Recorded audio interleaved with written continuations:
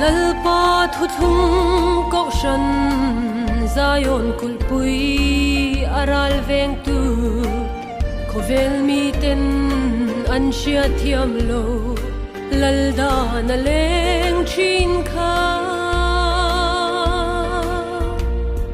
ni le tha le arsi te en na pia rama a her liam ta berang no wenga Zion lamoi rem ve turin ipam mai nge kan hil long che imi te hia lal dan sik tui thiang lim ma min chom lai ni zong te min ngai zual tir Zion khopui mi thiang lim te ho khom na ram Krista pasal tha te zinga muang ten zolin ileng ta si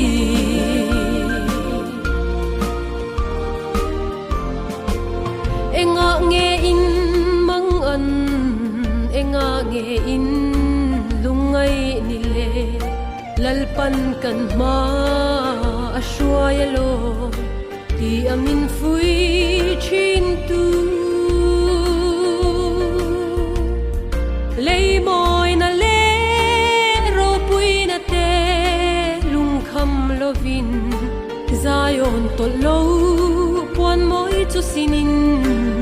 I thang chua nan ko la eng ta ipam mai nge kan hil long che imi te hia lal dan sik tui thiang lim ma min chom lai ni zong te min ngai zual tir Zion khopui mi thiang lim te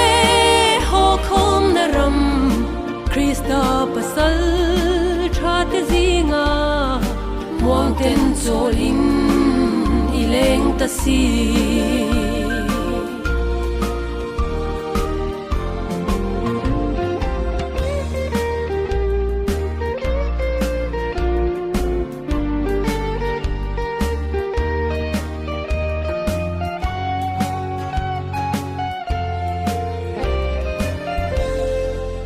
itan dam lai shing nun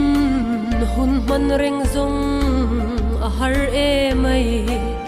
nun phurit nen lal ram I chan wang khua I fang chin mo atok to e thang thar ten kan chok to nang che thara vin tu na I thorim na